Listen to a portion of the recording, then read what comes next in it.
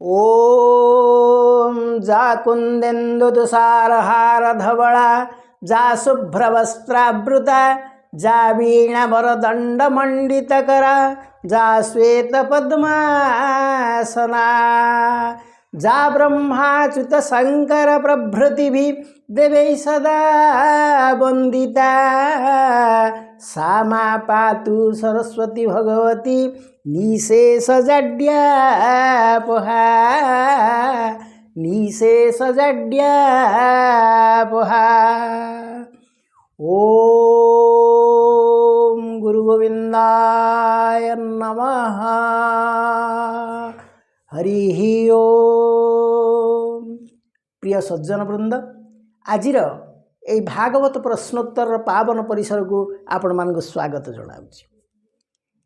आमे ए पर्यंत अनेक गुड़िए भागवत प्रश्नोत्तर आलोचना कले। यह द्वारा आम मानकर निश्चित भाव में टिके आध्यात्मिक ज्ञान लाभ होउची एवं आमर आध्यात्मिक भाव में आमर मस्तिष्क आमर हृदय निश्चित भाव में टिके प्रसारित होउची। तेणु ये होउची भगवान को आड़ को जीवार गोटे गोटे सोपान। तेणु आमे आजिर पुणी यही भागवत प्रश्नोत्तर पर्याय को आसीचे। भागवत भितर भागवत अनेक लोक पढ़ती किंतु ता भितर अनेक जिनस अच्छी जहाँ को से बुझापी चेष्टा करि नथांती बा बुझा को चाहिए बुझीपारि नथांती। तेणु आमे से सब गुड़िक अति सरल भाव में आलोचना करिबा एवं प्रश्नोत्तर माध्यम आलोचना करी बुझा को चेष्टा करिबा। कारण हरिनाम जेरस अच्छी पान कला लोक एका जानी। तेणु भागवतर जो रस अच्छी ताको आमे टिके आस्वादना करिबा एवं से रसरे टिके बुड़ी जिबा मजी जिबा हजी जिबा। ताहेले आजिर प्रथम प्रश्न, भागवत ग्रंथरे अनेक भक्तंग कथा वर्णित होइछि। तेबे प्रथम स्कंध आ द्वितीय स्कंधरे वर्णित 11 जन भक्तंग ना आपण कहिबे। ये होछि प्रथम प्रश्न। आमर प्रश्न गुड़िक प्रति थर भली मु पचारि जीवी तापरे आपण माने जे तार उत्तर गुड़िक जानी थिबे ताकु टिके टिपि नै थिबे एवं मु जेतेले परवर्ती पर्यायर तार उत्तर गुड़िक कहिदेवी ता सहित मिलै नेबे। या द्वारा देखि नेबे जे आपणकर केते ठीक केते भूल हो गला बा जदि ताकु जानी नथिबे ताकु निश्चित भाव में ग्रहण करेंगे एवं जो जानी थिबे ताहेले ताहा आपणकर पुनर्बार पुणी थरे आमर मनरे रहीगला। ताहेले आमे यही भाव में आमर 16टी प्रश्न आरंभ प्रश्नोत्तर कार्यक्रम करिबा। ताहेले प्रथम प्रश्न तो है भागवत ग्रंथरे अनेक भक्तों कथा कहा जाइछि किंतु प्रथम स्कंध आ द्वितीय स्कंध मध्यरे जो विशिष्ट 11 जन भक्तों कथा कहा जाइछि तांको ना आपण कहिबे। द्वितीय प्रश्न होउछि जे भागवत मध्यरे 6 जन वक्ता भागवत को आलोचना करचंती। से 6 जन वक्ता किए ये हूँ द्वितीय प्रश्न। तृतीय प्रश्न हूँ ता भितर गोटे श्लोक आमे बारंबार पढ़ी थाए से श्लोकटीर अर्थ कौन आपण माने कहिबे। श्लोकटी है जम ब्रह्मा वरुणेन्द्र रुद्र मरुत स्तन्यन्ते दिव्यस्तवै हरवेदै सांगपद कर्म उपनिषदै गायन्ति ज सामगा। तेणु यही श्लोकटीर अर्थ कौन आपण माने कहिबे। चतुर्थ प्रश्न होउछि वेद आ भागवत या मध्यरे कौन संपर्क रहिछि। पंचम प्रश्न होउछि हिंदू मानक धर्मग्रंथ वेद बोली आपण माने जानती ताहेले वेदर अर्थ कौन। एठी आमे समस्ते हिंदू आमे जानिबा उचित जे वेदर अर्थ कौन। तेणु आपन को एठी कहिया पड़िबो जे वेदर अर्थ कौन एहा केउ कारणरू आमर धर्मग्रंथ बोली स्थानित होइछि। ए जोड़िए प्रश्न टैग ही रही वेदर अर्थ कौन एवं केउ कारणरू यह आमर धर्मग्रंथ हो पारि। ये है पंचम प्रश्न। षष्ठ प्रश्न होउछि वेदर 9टी नाम अच्छी बा 9टी प्रतिशब्द अच्छी ताहा कौन।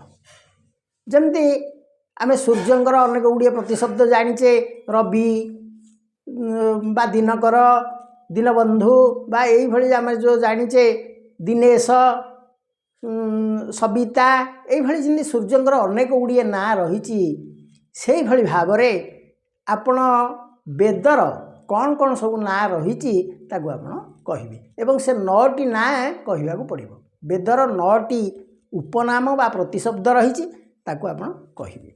सप्तम प्रश्न होची प्रथमे वेद थिला गोटिए ताकू 4 भाग करागला ताकू 4 भाग कले किए ये होची सप्तम प्रश्न।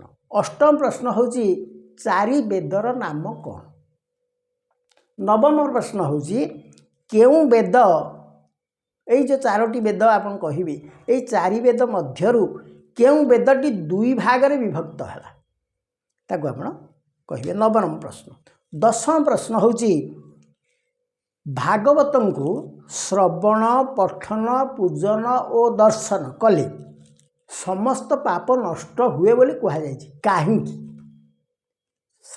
आमे जो भागवत ग्रंथ को जदि श्रवण करिबा जदि पठन करिबा जदि दर्शन करिबा एपरि एवं पूजन करिबा ताहेले समस्त पाप नष्ट हो जाए एक कथा कहा जाउछि किंतु काहेकि तार कारण आपण कहिबे। दशम प्रश्न। 11 नंबर प्रश्नटी जड़े बंधु मत प्राय मासे तले बोध पचारि जे यही प्रश्नटीर उत्तर कहबी मु तो टे समय पाई नथिली ताकू कहि पार नथिली तेबे यही प्रश्नटी तांकर से जदि शुणिबे खुशी हेबे निश्चय जे से पचारिचंदी भागवत वर्णना अनुसारे धुंदुली किए। भागवत रे धुंदुली बोली गोटे शब्द अच्छी बा गोटे व्यक्ति अच्छा सी किए एटी से पचारि मु तार उत्तर कहबी जदि आपण मान किए जानिचंदी ताकू मध्य निजे मन रखी कहबी। तापर 12 नंबर प्रश्न। भागवत पुराण जो 3 जन पाई संभव होइछि सेही 3 जन को सूत मुनि नमस्कार करिचंदी एवं तापर से तांकर भाषण आरंभ करिचंदी।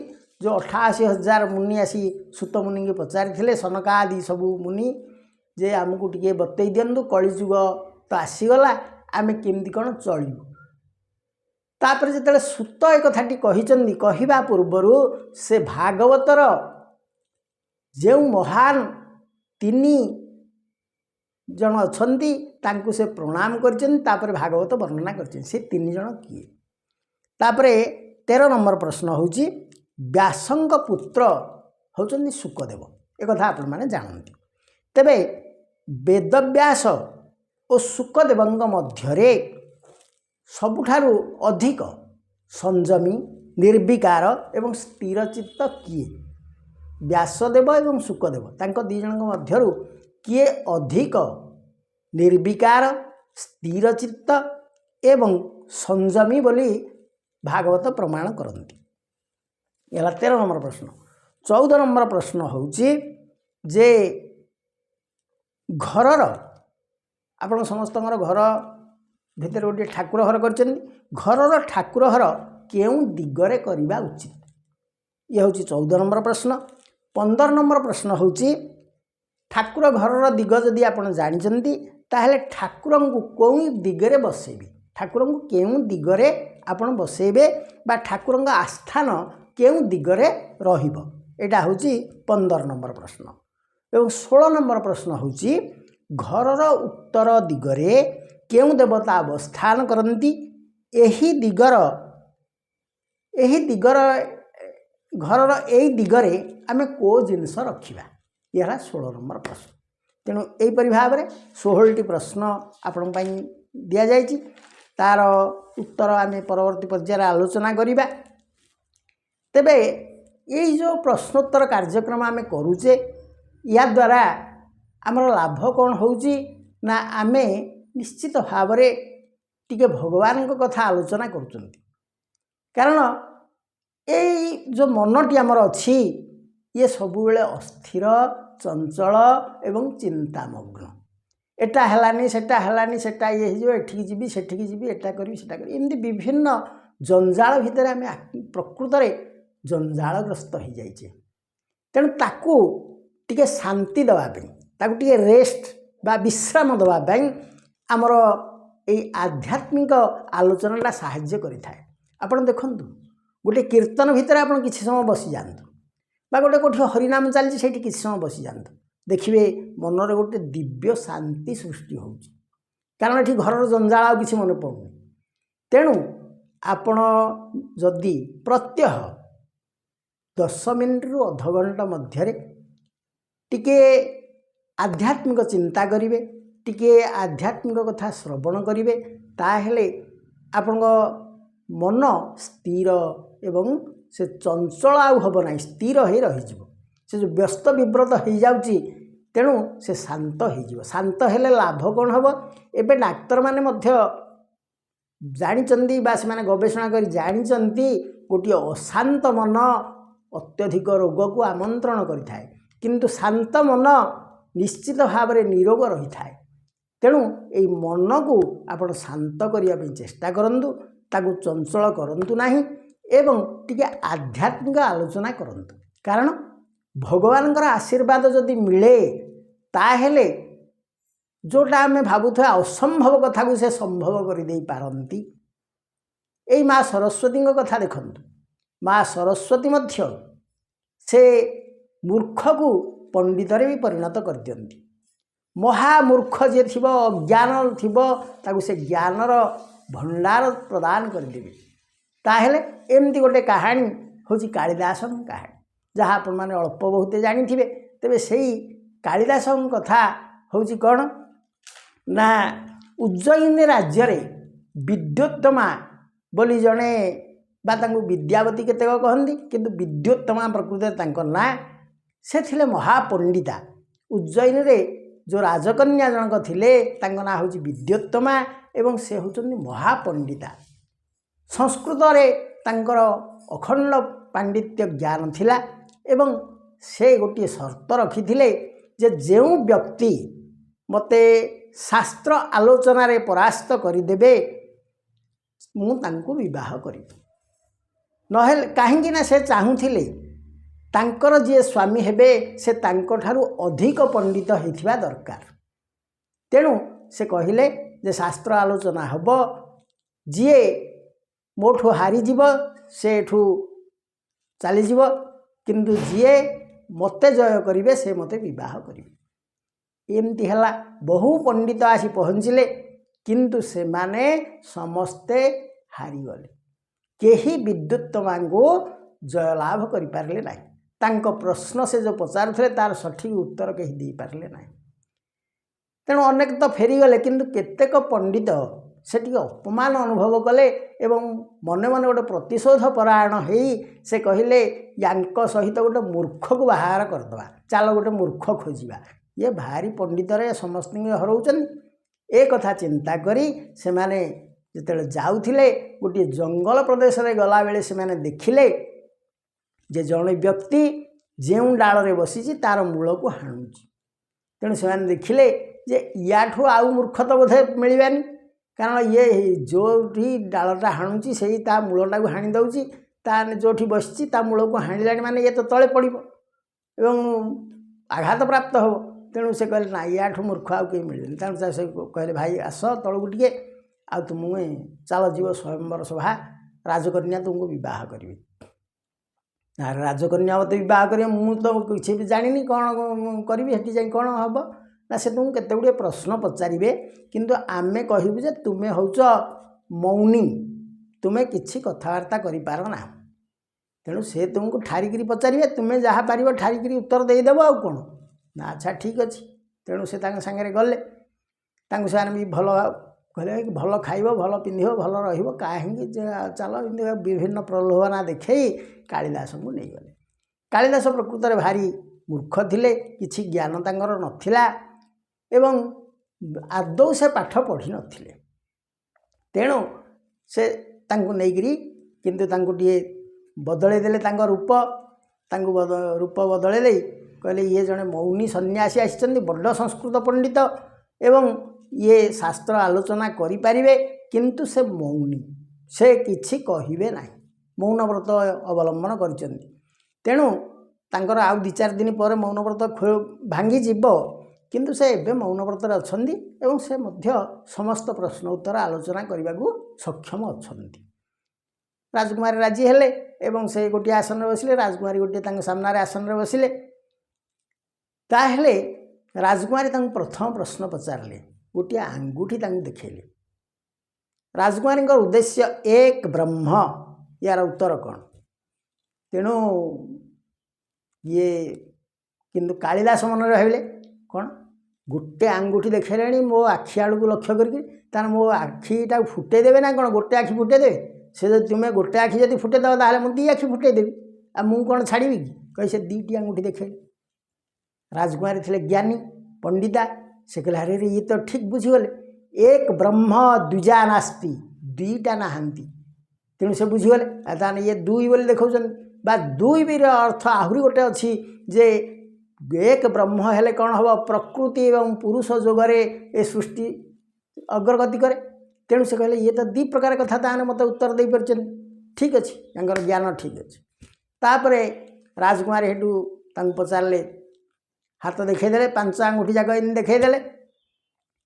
ସେଠି କାଳିଦାସ ମନେ ରହିଲେ କ'ଣ, ଓହୋ ଦୁଇ ଆଙ୍ଗୁଠି, ଗୋଟେ ଆଙ୍ଗୁଠିରେ ତୁମେ ମୋ ଆଖି ଫୁଟେଇଥାନ୍ତ, ମୁଁ ଦୁଇ ଆଙ୍ଗୁଠିରେ ଆଖି ଫୁଟେଇଦେବି ବୋଲି କହିଲି, ଯେମିତି ତୁମେ ମୋତେ ଚାପୁଡ଼ା ମାରିବ ବୋଲି ଭାବୁଛ।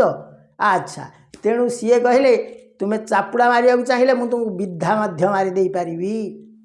ତେଣୁ ରାଜକୁମାରୀ ବାହାରିଲେ, ଆରେ ମୁଁ ତ ତାଙ୍କୁ ପଚାରୁଥିଲି ପଞ୍ଚଭୂତରେ ଏ ପୃଥିବୀ ସୃଷ୍ଟ, କିନ୍ତୁ ସେ କହିଲେ ପାଞ୍ଚ ଭୂତ ଯାକ ଏକ ନହେଲେ କେବେ ହେଲେ କୌଣସି ଜିନିଷ ଗଠନ ହୋଇପାରିବ ନାହିଁ।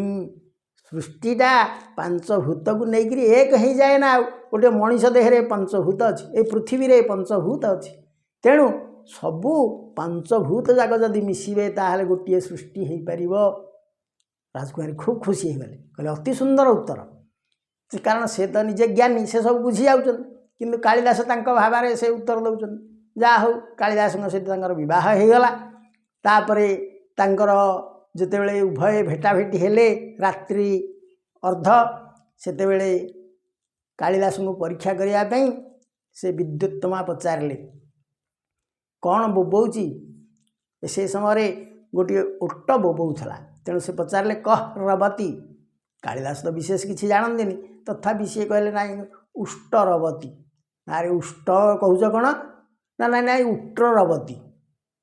ସେ ଇଏ ଅତି ଭୁଲ ହେଇଗଲା, ତାହେଲେ ଉଷ୍ଟ୍ର କହିବା କଥା। ସେ କେତେବେଳେ କହୁଛନ୍ତି ଉଷ୍ଟରବତୀ, କେତେବେଳେ ଉଟ୍ରରବତୀ, ଏଭଳି କହିଲେ। ତେଣୁ ରାଜକୁମାରୀ ବିରକ୍ତି ହେଇଗଲେ, ଜାଣିଲେ ଇଏ ଗୋଟିଏ ମୂର୍ଖ। ସେ କହିଲେ ତୁମେ ସଂସ୍କୃତ ବାବଦରେ କ'ଣ ଜାଣ? ନା ମୁଁ କିଛି ଜାଣେନି। ନା ଯା, ଏତେ ମୂର୍ଖ ତୁମେ, ତାହେଲେ ମୁଁ କେମିତି? ତେଣୁ ସେ କହିଲେ ଆଦ୍ୟ ହରତି ରମ୍ବା ସମ୍ବା ତସ୍ମୈ ଦତ୍ତା ବିପୁଳ ନିତମ୍ମା। ଆରେ ଏ ଲୋକଟା ପ୍ରଥମେ ରକାର ଭୁଲିଗଲାଣି, ଉଷ୍ଟ କହୁଛି, ଦ୍ୱିତୀୟରେ ସକାର ଭୁଲି ଯାଇ ଉଟ୍ର କହୁଛି। ତାକୁ ଏଇଭଳି ମୂର୍ଖକୁ ମୋ ଭଳି ଜଣେ ରାଜକୁମାରୀକୁ ବିବାହ ହେଲା। ତେଣୁ ସେ କହିଲେ ବାହାରି ଯାଅ, ମୋର କକ୍ଷରୁ ବାହାରି ଯାଅ, କହି ତାଙ୍କୁ ଗଳା ଧକ୍କା ଦେଇ ବାହାର କରିଦେଲେ। କାଳିଦାସ ବାହାରକୁ ଚାଲିଗଲେ। ପୁଣି ମନରେ ଚିନ୍ତା କଲେ, ନାଇଁ ମୋ ସ୍ତ୍ରୀ ତ ସେ ଯାହା ହେଲେ ମୋତେ ବାହା ହେଇଛି ନା, ଆଉ ଘରୁ ତଡ଼ିଦେଲା ବେଳେ କ'ଣ ଆଉ ଗୋଟେ ରାଗରେ ତଡ଼ିଦେଲା, ପୁଣି କିଛି ସମୟ ପରେ ବୋଧେ ଖୋଲିବ ଆଉ। ତେଣୁ ସେ ପୁଣି ପ୍ରାୟ 10-15 ମିନିଟ୍ ପରେ କବାଟକୁ କରାଘାତ କଲେ। କହୁ କବାଟ ଖୋଲ, ଟିକେ ତ ରାଗ ହେଇ ବାହାର କରିଦେଲ, କବାଟ ଖୋଲ। କିନ୍ତୁ ସେ କହିଲେ ଅସ୍ତି କଶ୍ଚିତ୍ ବାଗ୍ ବିଶେଷ, ଆଉ ତୁମର କିଛି କହିବାର ଅଛି? ଅସ୍ତି କଶ୍ଚିତ୍ ବାଗ୍ ବିଶେଷ, ଆଉ ତୁମର କିଛି କହିବାର ଅଛି? ବିଶେଷ କିଛି କହିବାର ଅଛି? ଆଉ ତୁମେ ତ ମୂର୍ଖ, ତୁମେ ଏଠି ମୋ ରୁମ୍ର ମୋ ପ୍ରକୋଷ୍ଠରେ ପ୍ରବେଶ କରିପାରିବ ନାହିଁ, କହି କବାଟକୁ ବନ୍ଦ କରିଦେଲେ ପୁରା, ଆଉ ଛାଡ଼ିଲେ। କାଳିଦାସ ପ୍ରଥମେ ପତ୍ନୀଙ୍କଠୁ ଧକ୍କା ଖାଇ ବାହାରି ଯାଇଥିଲେ। ତାପରେ ପୁଣି ଏଭଳି କର୍କଶ ଶବ୍ଦରେ ତାଙ୍କଠୁ ଶୁଣିଲେ ଅସ୍ତି କଶ୍ଚିତ୍ ବାଗ୍ ବିଶେଷ, ଅସ୍ତି କଶ୍ଚିତ୍ ବାଗ୍ ବିଶେଷ। এইটা ঘষি ঘষি ସେ ଚାଲିଲେ ଆତ୍ମହତ୍ୟା କରିଦେବେ ବୋଲି। ଯାଉ ଯାଉ ସେ ଗୋଟେ କାଳୀ ମନ୍ଦିରରେ ପହଞ୍ଚିଲେ। ସେ ତ କାଳୀଙ୍କି ଭଲ ପାଆନ୍ତି, ଭକ୍ତି କରନ୍ତି। କହିଲେ ମା କାଳୀ, ତୁମ ଖଣ୍ଡାରେ ମୋତେ ମାରିଦିଅ, ମୁଁ ମରିଯାଏ, ଏଠି ମୁଣ୍ଡକୁ ପିଟିଦେବି। ତେଣୁ ମା କାଳୀ କହିଲେ ଆରେ ତୁ ତ ମୋତେ ଭକ୍ତି କରୁ, କିନ୍ତୁ ଯା ସରସ୍ୱତୀଙ୍କୁ ପ୍ରାର୍ଥନା କରିବୁ, ସେ ତୋତେ ନିଶ୍ଚିତ ଭାବରେ ଜ୍ଞାନ ପ୍ରଦାନ କରିବେ। ତାପରେ କାଳିଦାସ ସରସ୍ୱତୀଙ୍କୁ ପ୍ରାର୍ଥନା କଲେ। ସରସ୍ୱତୀଙ୍କର ଏତେ ପ୍ରାର୍ଥନା, ସେ ମାନେ ତାଙ୍କ ତପସ୍ୟାକୁ ଏତେ ଦୃଢ଼ କଲେ, ମା ସରସ୍ୱତୀ ଆବିର୍ଭୂତା ହେଲେ।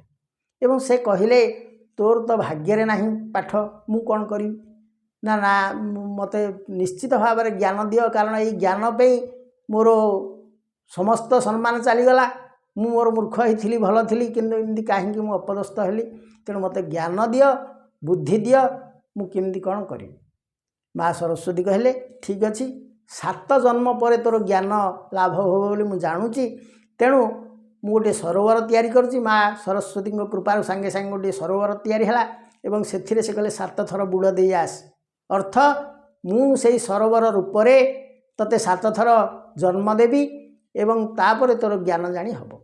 ତାପରେ ତାଙ୍କର ଜ୍ଞାନ ବୃଦ୍ଧି ହେଲା ଏବଂ ସେତେବେଳେ 7 ଥର ପରେ ସେ ଜଳରୁ ବାହାରି ଆସିଲେ।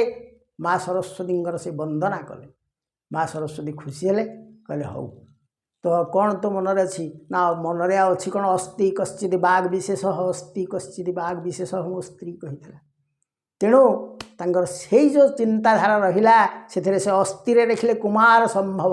କୁମାର ସମ୍ଭବର ଆଦ୍ୟ ଅକ୍ଷର ହେଉଛି ଅସ୍ତି। ତାପରେ ଲେଖିଲେ କଶ୍ଚିତ୍ରେ ମେଘଦୂତ ଲେଖିଲେ। ମେଘଦୂତମରେ ତାଙ୍କର ପ୍ରଥମ ଶବ୍ଦ ହେଉଛି କଶ୍ଚିତ୍। ତାପରେ ରଘୁବଂଶମ ଲେଖିଲେ, ସେଥିରେ ଥିଲା ବାକ୍। ବାକ୍ ହେଉଛି ରଘୁବଂଶମର ସୃଷ୍ଟି ଏବଂ ବିଶେଷ ହେଉଛି ଅଭିଜ୍ଞାନ ଶକୁନ୍ତଳାର ପ୍ରଥମ। ଅଭିଜ୍ଞାନ ଶାକୁନ୍ତଳମର ପ୍ରଥମ ଶବ୍ଦ ହେଉଛି ବିଶେଷ। ତେଣୁ ତାଙ୍କ ସ୍ତ୍ରୀଙ୍କର ଯେଉଁ ଶେଷ ଶବ୍ଦ ଥିଲା, ତାଙ୍କୁ କର୍କଶ ଶବ୍ଦରେ ସେ ଯେଉଁ ଗାଳି ଦେଇଥିଲେ, ସେଇ ଶବ୍ଦକୁ ନେଇ ସେ 4ଟି ସଂସ୍କୃତର ମହାକାବ୍ୟ ମହାନାଟକ ରଚନା କଲେ। ତେଣୁ ସରସ୍ୱତୀଙ୍କ କୃପାରୁ କେତେ ବଡ଼ କାମ ସେ କରିପାରିଲେ ଏବଂ ସାରା ବିଶ୍ୱ ଜାଣିଲା ଯେ କାଳିଦାସ ହେଉଛନ୍ତି ମହାପଣ୍ଡିତ, ମହାଜ୍ଞାନୀ ଏବଂ ବିଶିଷ୍ଟ ସଂସ୍କୃତର ହେଉଛନ୍ତି ସିଏ ପ୍ରବକ୍ତା। ତେଣୁ ଏଇଭଳି ଭାବରେ ଭଗବାନଙ୍କ କୃପା ଯଦି ମିଳିଯାଏ ମଣିଷକୁ, ତାହେଲେ ସିଏ ଅସାଧ୍ୟ ସାଧନ କରିପାରେ, ମହାମୂର୍ଖ ମହାପଣ୍ଡିତରେ ପରିଣତ ହୋଇଯାଇପାରେ। ତେଣୁ ଶାସ୍ତ୍ର ଆମର କହିଲେ ଉପମା କାଳିଦାସସ୍ୟ ତସୈବ ଅର୍ଥ ଗୌରବମ୍। ତାଙ୍କର ଉପମା ଭଳି କେହି ଉପମା ଆଜି ପର୍ଯ୍ୟନ୍ତ ସଂସ୍କୃତରେ କରିପାରିନାହାନ୍ତି ଏବଂ ତାର ଅର୍ଥ ମଧ୍ୟ, ସେ ଯେଉଁ ଶବ୍ଦ ଗୁଡ଼ିକ କରିଛନ୍ତି ତାର ଅର୍ଥର ଗୌରବ ମଧ୍ୟ ଅତି ସୁନ୍ଦର। ତେଣୁ ସିଏ କେବଳ ମା ସରସ୍ୱତୀଙ୍କର କୃପା। ତେଣୁ ପ୍ରିୟ ସଜ୍ଜନବୃନ୍ଦ, ଆମେ ଯଦି ଭଗବାନଙ୍କୁ ବିଶ୍ୱାସ କରିବା, ଭକ୍ତି କରିବା, ତାହେଲେ ଆମେ ମଧ୍ୟ ଅସାଧ୍ୟ ସାଧନ କରିପାରିବା। କେବଳ ଟିକିଏ ଭକ୍ତି, ଟିକିଏ ବିଶ୍ୱାସ ଏବଂ ଟିକିଏ ନିଷ୍ଠା ଦରକାର। ତା ସହିତ ଆପଣ କର୍ମଯୋଗୀ ହେବେ, ଆଳସ୍ୟପରାୟଣ ହେବେନି। କର୍ମଯୋଗୀ ହେଲେ ନିଶ୍ଚିତ ଭାବରେ ଆପଣ ଭଗବାନଙ୍କର କୃପା ଲାଭ କରିବେ। ତାହେଲେ ଆମେ ଏବେ ପ୍ରଶ୍ନୋତ୍ତର କାର୍ଯ୍ୟକ୍ରମକୁ ଯିବା। ପ୍ରଥମ ପ୍ରଶ୍ନ ଥିଲା, ଭାଗବତ ଗ୍ରନ୍ଥରେ ଅନେକ ଭକ୍ତଙ୍କ କଥା କୁହାଯାଇଛି, କିନ୍ତୁ ପ୍ରଥମ ଏବଂ ଦ୍ୱିତୀୟ ସ୍କନ୍ଧ ମଧ୍ୟରେ ଯେଉଁ 11 ଜଣ ବିଶିଷ୍ଟ ଭକ୍ତଙ୍କ କଥା କୁହାଯାଇଛି, ସେମାନେ କିଏ? ସେ 11 ଜଣ ଯାକ ହେଲେ, 1ରେ ପରୀକ୍ଷିତ, 2ରେ ପଞ୍ଚ ପାଣ୍ଡବ, ତାହେଲେ 6 ଜଣ ହେଇଗଲେ। ତାପରେ ହେଉଛନ୍ତି କୁନ୍ତି 7, 8ରେ ହେଲେ ଦ୍ରୌପଦୀ, 9ରେ ଉତ୍ତରା, 10ରେ ଉଦ୍ଧବ ଏବଂ 11ରେ ହେଉଛନ୍ତି ବିଦୁର। ଏଇ 11 ଜଣଙ୍କ ନାଁ ସେଥିରେ ବର୍ଣ୍ଣନା କରାଯାଇଛି, କାରଣ ଭାଗବତ ଗ୍ରନ୍ଥରେ ଭକ୍ତଙ୍କ ଚରିତ୍ର ବହୁତ ରହିଛି। ତାପରେ ଦ୍ୱିତୀୟ ପ୍ରଶ୍ନ ହେଲା, 6 ଜଣ ବକ୍ତା ଭାଗବତଙ୍କୁ ବର୍ଣ୍ଣନା କରିଛନ୍ତି। ସେଇ 6 ଜଣ ବକ୍ତା କିଏ? ସେ 6 ଜଣ ବକ୍ତା ହେଉଛନ୍ତି ସୂତ, ନାରଦ, ଶୁକ, ମୈତ୍ରେୟ ଏବଂ ଉଦ୍ଧବ। ତେଣୁ ଶାସ୍ତ୍ର ତାକୁ ଲେଖିଲେ, ନାରଦ ଶୁକ ଉଦ୍ଧବଶ୍ଚ ମୈତ୍ରେୟ ସୂତ ଏବଚ ସନକାଶ୍ଚାଦ୍ୟ ମୁନୟଃ ଏତାନି ଷଟ ସମ୍ବାଦ। ତେଣୁ 1ରେ ସୂତ, 2ରେ ନାରଦ, 3ରେ ଶୁକ, 4ରେ ମୈତ୍ରେୟ, 5ରେ ଉଦ୍ଧବ, 6ରେ ହେଲେ ସନକ। ତେଣୁ ଏଇ 6 ଜଣଙ୍କୁ ନେଇ ଭାଗବତର ଆଲୋଚନା କରାଯାଇଛି ଏବଂ ଏଇମାନେ ଏଇ 6 ଜଣ ଯାକ ହେଉଛନ୍ତି ବକ୍ତା ସେଥିରେ। ତାପରେ ତୃତୀୟ ପ୍ରଶ୍ନ ହେଲା, ଯମ୍ ବ୍ରହ୍ମା ବରୁଣେନ୍ଦ୍ର ରୁଦ୍ର ମରୁତ ସ୍ତନ୍ୟନ୍ତୈ ଦେବୈସ୍ତବୈ ଅର୍ବେदै ସାଙ୍ଗପदै କ୍ରମୋପନିଷେदै ଗାୟନ୍ତି ଯ ସାମଗାଃ। ଏ ଶ୍ଲୋକ भागवतर मंगलाचरण रही। तेरे यार अर्थ कौन?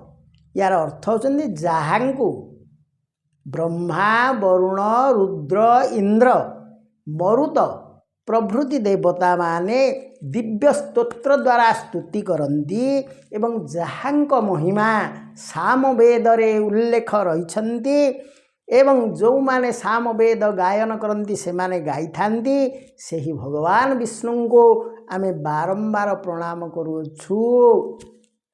तापरे चतुर्थ प्रश्न, वेद आ भागवत मध्य संपर्क कौन? आम ये सामवेद कथा कहले ताले वेद आ भागवतर किसी संपर्क अच्छी कि से कथा प्रथम थिला। चतुर्थ प्रश्न, भागवत होउची वेद वृक्षर फल। जदि वेद गुड़िक गोटे वृक्ष हुंती तार फल होउचंदी भागवत। तेणु एक कथा वेदर रस होउची भागवत बोली जो कही दिगला, फलटे खाइले आप तार रसटी खाती, तेणु तार रस होउची भागवत। एक कथा आम मनरू कहूना। भागवतकार लिखिले कौन? लिखिले सकल वेद होई वृक्षे फल फलिले अंतरिक्षे केते हैं दिने पाची तले वृक्षु पड़िले वायु बले सकल शास्त्र फल एहि श्री भागवत नाम कही अमृत निंदे स्वादुपणे सुजने पीबनु क्षणे। तेणु भागवतकार कहले ये हूँ वेद वृक्षर फल एवं यार स्वादु अमृत को मध्य निंदा करुची। अमृत निंदे स्वादुपणे एको खाइबे किए बा पीबे किए ना सुजने पीब अनुक्षण। तेणु जो माने सज्जन, जो माने ईश्वर भक्त, जो माने आस्तिक से मानू निवेदन कराऊँच पान करंतु। नास्तिक मानू कह जाऊ ना, जो माने ईश्वर को भक्ति करती भल पाती बा विश्वास करती से माने या पान कले प्रकृत यार रस को ग्रहण करि पारिबे। तापरे ये गोटे पंचम प्रश्न आमर गोटे अति इम्पोर्टाट प्रश्न बा जोटा कहते प्रधान प्रश्न गोटे जहाँ समस्त जानिबा उचित जे आमर धर्मग्रंथ होची वेद, किंतु वेदर अर्थ कौन? अनेक लोग वेदर अर्थ जानती ना, क्यों कारण यह आमर धर्मग्रंथ है एक गोटे प्रश्न। तेणु तार उत्तर होची वेद कहिले दिव्य ज्ञान समुदायर भंडार बोली कहा जाए। वेदर अर्थ होची दिव्य ज्ञान समुदायर भंडार। तेबे वेद क्यों कारण यह आम धर्मग्रंथ है ना, वेद लोकर कल्याण और सुख निश्चित करे। यह मानव समाज को सुख एवं निरापत्ता प्रदान करे। तेणु यह हूँ आम धर्मग्रंथ। जो जगार आम सुख पाइलु एवं निरापत्ता पाइलु, विपद हवा पाइबार संभावना नहीं, से जगह को आम भल पाइलु। तेणु वेद होचंती यही सब दान करिथांती। तेणु सी आम धर्मग्रंथ। तापर षष्ठ प्रश्न, ये गोटे मध्य मुख्य प्रश्न जे वेदर 9टी ना अच्छी, से 9टी ना कौन बा वेदर जो प्रतिशब्द अच्छी से प्रतिशब्द गुड़िक कौन? एक रे होची श्रुति, वेदर गोटे ना होची श्रुति। 2 रे होची अनुश्रव, 3 रे होची त्रयी, 4 रे होची अमनाय, 5 रे होची नामनाय, 6 रे होची छंदस, 7 रे होचंदी स्वाध्याय, 8 रे होचंदी आगम, 9 रे होचंदी निगमागम। तेणु वेदर एहीपरि भाव में 9टी ना अच्छी बा 9टी प्रतिशब्द रही।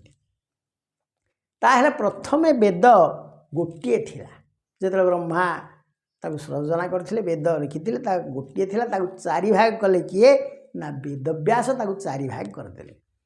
अष्टम प्रश्न होची 4 वेदर नाम कौन? 4 वेदर नाम होची ऋक् यजु साम अथर्व। ताहले केउ वेद पुणी 2 भाग है, यह हूँ 9 नंबर प्रश्न। यजुर्वेद 2 भाग में विभक्त होती। 1 रे कृष्ण यजुर्वेद ବା ତାକୁ କୃଷ୍ଣ ଯଜୁର୍ବେଦ ସଂହିତା କୁହାଯାଉଛି। 2ରେ କୁହାଗଲା ଶୁକ୍ଳ ଯଜୁର୍ବେଦ ସଂହିତା। 1ରେ ହେଲା କୃଷ୍ଣ ଯଜୁର୍ବେଦ ସଂହିତା, 2ରେ ହେଲା ଶୁକ୍ଳ ଯଜୁର୍ବେଦ ସଂହିତା। ତେଣୁ ତାକୁ 2 ଭାଗରେ ବିଭକ୍ତ କରିଦିଆଗଲା। ତାପରେ ବେଦ ସମ୍ପର୍କରେ ଏତ ଗୁଡ଼ିଏ ଆଲୋଚନା ହେଲା। ଆମେ ପରବର୍ତ୍ତୀ ପର୍ଯ୍ୟାୟରେ ପୁଣି ବେଦ ସମ୍ପର୍କରେ ଆଲୋଚନା କରିବା, କାରଣ ଆମେ ହିନ୍ଦୁମାନଙ୍କର ମୁଖ୍ୟ ଧର୍ମଗ୍ରନ୍ଥ ହେଉଛି ବେଦ। ତେଣୁ ଆମେ ବେଦ ସମ୍ପର୍କରେ କିଛି ଜାଣିବା ଆବଶ୍ୟକ। ତାପରେ 10ମ ପ୍ରଶ୍ନ ହେଉଛି ଭାଗବତଙ୍କୁ ଶ୍ରବଣ, ପଠନ, ପୂଜନ ଓ ଦର୍ଶନ କଲେ ସମସ୍ତ ପାପ ନଷ୍ଟ ହୁଏ, କାହିଁକି?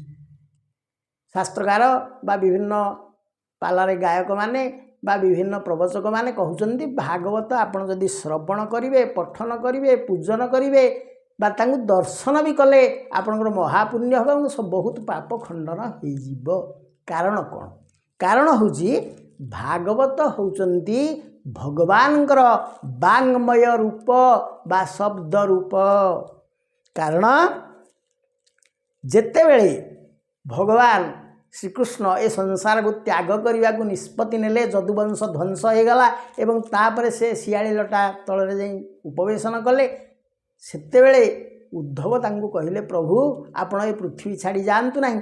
ଆପଣ ଯଦି ପୃଥିବୀ ଛାଡ଼ି ଚାଲିଯିବେ ତାହେଲେ ଏ ଯେଉଁ ଶାନ୍ତି ଆପଣ ସ୍ଥାପନ କରିଥିଲେ ଅଧର୍ମକୁ ବିନାଶ କରିକିରି ପୁଣି ତ ସେ ମାଡ଼ି ଆସିବ। ଅଧର୍ମ ଯଦି ମାଡ଼ି ଆସିବ ପୃଥିବୀବାସୀ କରିବେ କ'ଣ? ଭକ୍ତ ଏବଂ ସଜ୍ଜନମାନେ କରିବେ କ'ଣ? ତେଣୁ ଆପଣ ଏଠି ରହିଯାଆନ୍ତୁ। ଭଗବାନ କହିଲେ ଠିକ୍ ଅଛି ମୁଁ ରହିବି, କିନ୍ତୁ ଭାଗବତରେ ମୋର ସମସ୍ତ ଶକ୍ତି ମୁଁ ରଖିଦେଇ ଯାଉଛି ଏବଂ ମୋର ଏଇ ଯେଉଁ ନଶ୍ୱର ଶରୀର ଯେଉଁଟା ବା ଯେଉଁଟା ଆମେ ସାକାର ରୂପରେ ତୁମେ ଦେଖୁଛ ତାକୁ ଆଉ ଦେଖିପାରିବ ନାହିଁ, ତାକୁ ମୁଁ ନିରାକାର ଭାବରେ ଭାଗବତ ଗ୍ରନ୍ଥରେ ରଖିଦେଲି, ଶବ୍ଦ ରୂପରେ ରଖିଦେଲି ମୋର ଶକ୍ତି। ତେଣୁ ମୁଁ ଚାଲିଯିବି। ଏହା କହି ସେ ଉଦ୍ଧବଙ୍କୁ କହି ଚାଲିଲେ। ସେଇ କଥାକୁ ଆମେ ଯେଉଁମାନେ ଜାଣିଛନ୍ତି ସେମାନେ ଜାଣିଛନ୍ତି ଯେ ଇଏ ହେଉଛନ୍ତି ଭଗବାନଙ୍କର ରୂପ, ଇଏ ଗୋଟିଏ ସାଧାରଣ ବହି ନୁହେଁ। ତେଣୁ ଏଙ୍କୁ ଆସ୍ଥାନ ରଖାଯାଏ, ତାଙ୍କୁ ପୂଜା କରାଯାଏ, ତାଙ୍କର ପ୍ରତିଦିନ ତାଙ୍କୁ ଧୂପ ଦୀପ ଆଳତି କରାଯାଏ। ତେଣୁ ଇଏ ହେଉଛନ୍ତି ଭଗବାନଙ୍କର ରୂପ। ସେଇଥିପାଇଁ ଦର୍ଶନରେ ପୁଣ୍ୟ, ତାଙ୍କୁ ସ୍ପର୍ଶନରେ ପୁଣ୍ୟ, ତାଙ୍କୁ ପୂଜନ ଏବଂ ତାଙ୍କୁ ଶ୍ରବଣ ଓ ପଠନ କଲେ ମଧ୍ୟ ପୁଣ୍ୟ ହୋଇଥାଏ ଏବଂ ପାପ ଖଣ୍ଡିତ ହୋଇଯାଇଥାଏ। ତାପରେ ଆଉ ଜଣେ ଭାଇ ଗୋଟିଏ ପ୍ରଶ୍ନ ପଚାରିଥିଲେ ଯେ ଧୁନ୍ଦୁଲି କିଏ? ଭାଗବତରେ ଧୁନ୍ଦୁଲିଙ୍କର ବର୍ଣ୍ଣନା ଅଛି।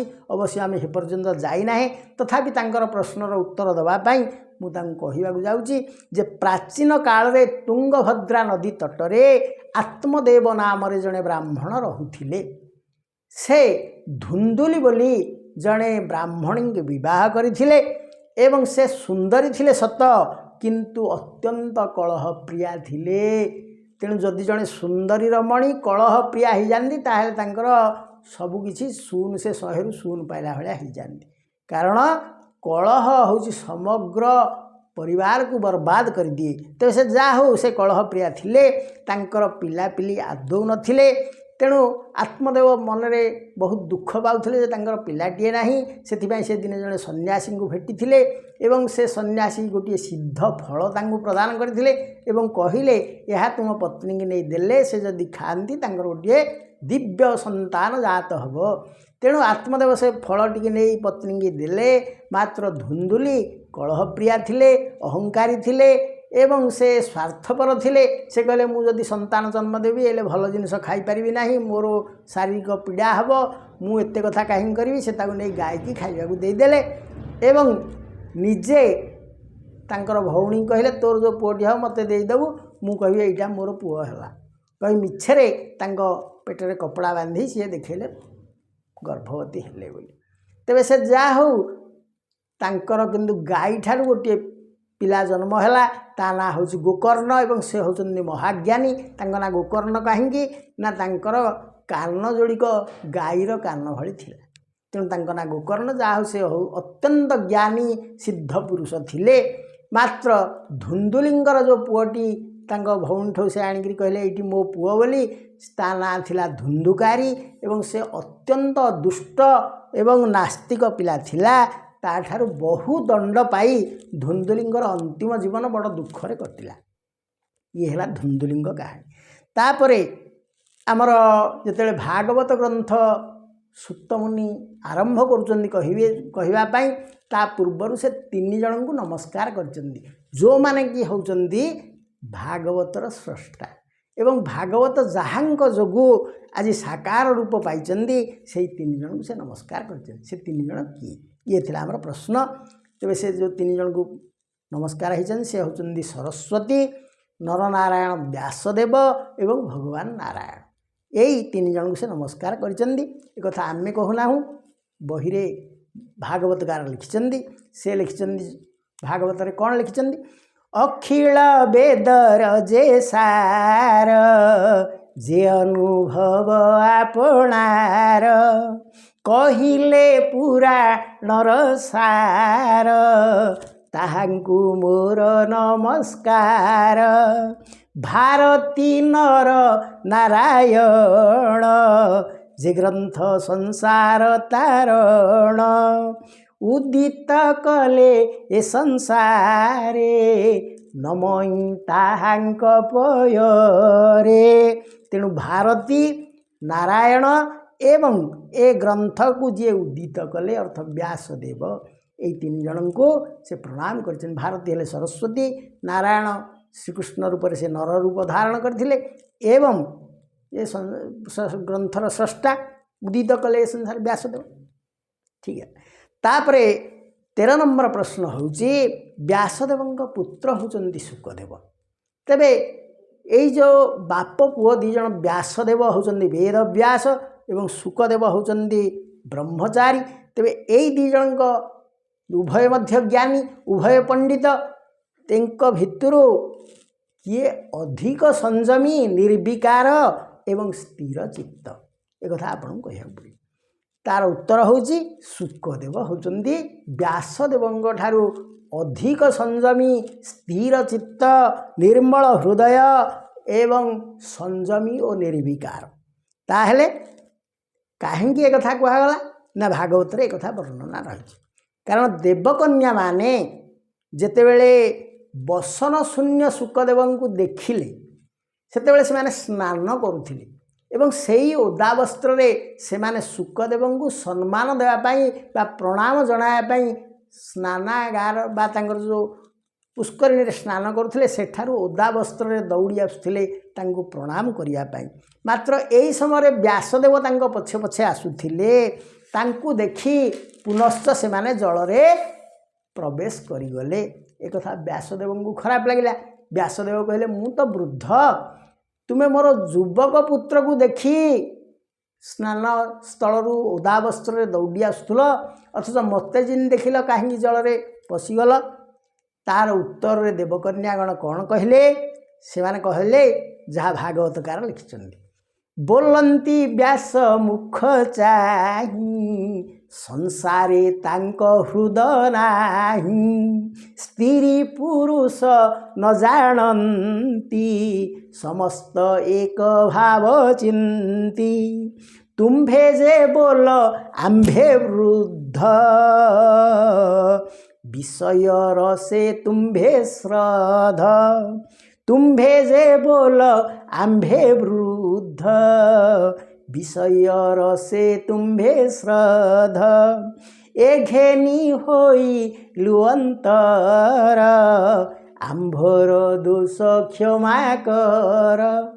ତେଣୁ ଦେବକନ୍ୟାମାନେ ସ୍ପଷ୍ଟ ଭାବରେ କହିଲେ ଯେ ତୁମର ପୁତ୍ର ହେଉଛନ୍ତି ନିର୍ବିକାର, ସଂଯମୀ ଏବଂ ଜ୍ଞାନୀ ପୁରୁଷ, କିନ୍ତୁ ତୁମେ ବୃଦ୍ଧ ହେଲେ ମଧ୍ୟ ତୁମର ବିଷୟରସ ରହିଛି। ତେଣୁ ତାଙ୍କ ନିକଟକୁ ଆମେ ଯାଉଥିଲୁ କାରଣ ସେ ନିର୍ବିକାର। ପୁରୁଷ କିଏ, ସ୍ତ୍ରୀ କିଏ, ପିଲା କିଏ, ଯୁବକ କିଏ, ଯୁବତୀ କିଏ, ବୁଢ଼ା କିଏ, ସବୁ କିଛି ତାଙ୍କର ମନରେ ସେ ଗ୍ରହଣ କରନ୍ତି ନାହିଁ। କିନ୍ତୁ ଆପଣ ବୃଦ୍ଧ ହେଲେ ମଧ୍ୟ ବିଷୟ ଭାବ ଜାଣିଛନ୍ତି, ବିଷୟ ରସରେ ମଗ୍ନ ଅଛନ୍ତି, ତେଣୁ ଆମେ ଆପଣଙ୍କ ପାଖକୁ ଗଲୁ ନାହିଁ। ତେଣୁ ଯଦି ଏଥିରେ ଦୋଷ ଅଛି ଆମକୁ କ୍ଷମା କରିଦିଏ, ଏକଥା ସେମାନେ କହିଲେ। ତେଣୁ ଏଥିରୁ ଜଣାଗଲା ଯେ ଶୁକଦେବ ହେଉଛନ୍ତି ବ୍ୟାସଦେବଙ୍କ ଠାରୁ ଅଧିକ ସଂଯମୀ, ନିର୍ବିକାର ଏବଂ ସ୍ଥିର ଚିତ୍ତ। ତାପରେ ଆମର 14 ନମ୍ବର ପ୍ରଶ୍ନ ହେଉଛି ଘରର समस्त घरे आमर ठाकुर घर अच्छा तेणु जो ठाकुर घर को घर केउ दिगरे करवा उचित एटा अनेक भाई प्रश्न भी पचारि ये आम प्रश्न टे रखुचे जे घर ठाकुर घर केउ दिगरे करवा उचित उत्तर पूर्व कोण बा ईशान्य दिगरे ईशान्य कोण रे आपण ठाकुर घरटी करंतु उत्तर पूर्व दिग बा ईशान्य कोण रे ठाकुर घर करवा कथा 15 नंबर प्रश्न होची ठाकुर घर तो हो गला ताले ठाकुर को केउ दिगरे आमे बसाइबा उचित बा ठाकुर आस्थान को दिगरे रहिबे ठाकुर आस्थान निश्चित भाव में आपण पूर्व दिगरे करिवे एवं ठाकुर मुह निश्चित भाव में पश्चिम दिग को रहिबो एहा सत्य किंतु एहा सहित आपण मध्य उत्तर दिगरे ठाकुर को बसई पारिबे तांकर मुख दक्षिण दिग को रही पारिबो काहेकि ना जी पूजक से केवल पूर्व दिग को बा उत्तर दिग को मुख करी पूजा करिवे से केबे हेले दक्षिण बा पश्चिम दिग को मुख करी पूजा करिवे नाही तेणु ठाकुर केबे हेले पश्चिम पटे बा दक्षिण पटे बसिबे नाही यह शास्त्र सम्मत तापरे 16 नंबर प्रश्न आमर होची जे घरर उत्तर दिगरे केउ देवता अवस्थान करती तेबे एही दिगरे आमे घरर को जिनस को रखिबा तार उत्तर होची उत्तर दिगरे कुबेर अवस्थान करती तेणु एही दिगरे आपण घरर टंका पैसा सुना अलंकार घरर संपत्ति बा आपणकर जो पट्टा पाउती ए सब जिनस सेही पटे रखि पारंती एवं